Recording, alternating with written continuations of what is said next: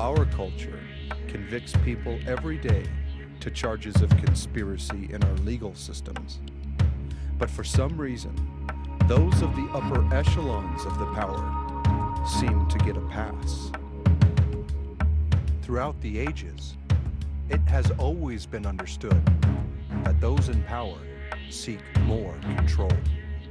Whether it's religious expansion, imperial expansion, colonial expansion, military expansion, it's about taking over land and valuables, declaring control, indoctrinating the people into your system of beliefs.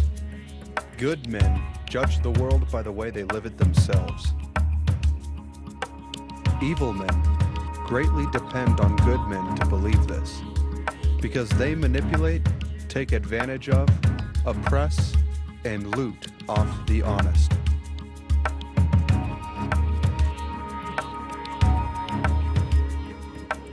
September 11th is the catalyst that changed America forever.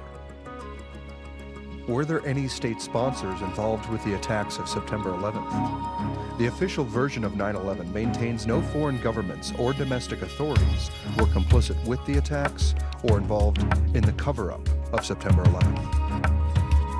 This investigation will explore the overwhelming evidence that foreign governments' intelligence agencies played a substantial role in some way in the attacks.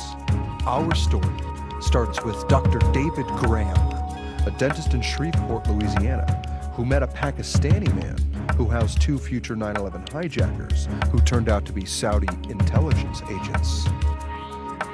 The question is, who was in the shadows of September 11th?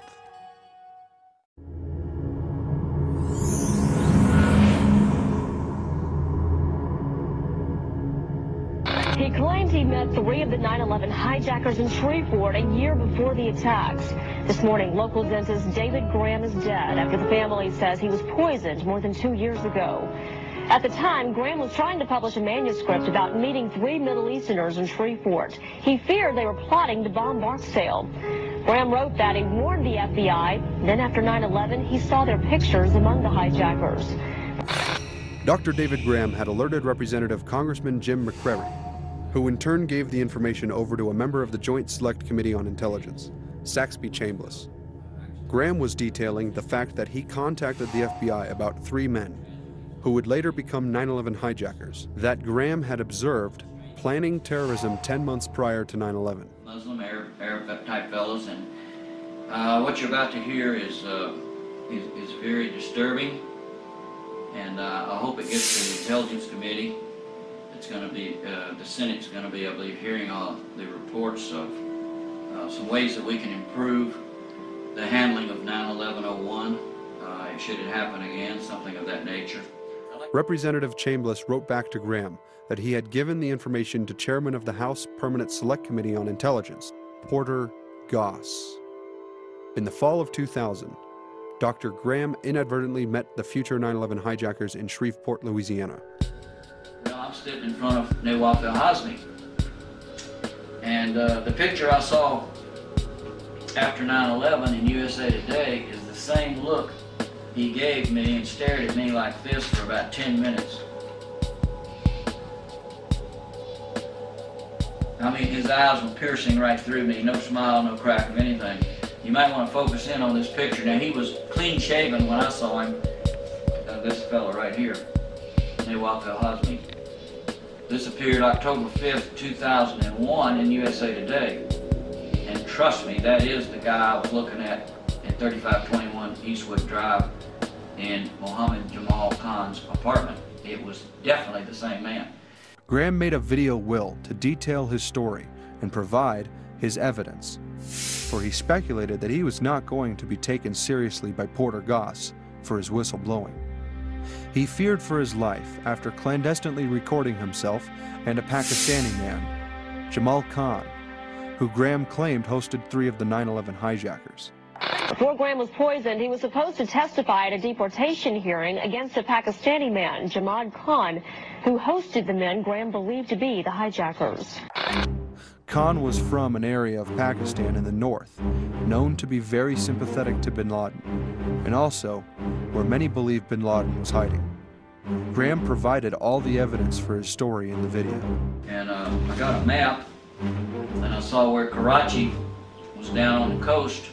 When I talked to Jamal the next day, I said, Jamal, I said, is your family, is your father, is this place down on the coastline? I love the big boats, I like to go out on those big boats. He said, oh, no. My father's place is up by the China Wall. And he said it's up by the China Wall over by Russia. So this little yellow spot I've outlined here, there's some little cities up there I'd like to mention that are possibly significant to where maybe bin Laden could be hiding, and that's what Agent Spoon, after 9/11, indicated to me. Graham initially feared a truck bombing on Barksdale Air Force Base due to the suspicious red flags he was observing with men he remotely associated with. Graham reported to both a Shreveport FBI agent and a U.S. Secret Service agent the information almost a year before 9/11. Within the Graham report, a book David wrote detailing his story so that the public would know this scandal. He details and provides the dated and certified documents that the FBI had names of 2 9/11 ringleaders, Nawaf al-Hazmi and Khalid al-Mihdhar. But in terms of 9/11, in terms of them going after somebody in the Bible Belt who, was a conservative, Christian, megachurch, evangelical, I mean, that's really desperate that they have to kill somebody like that.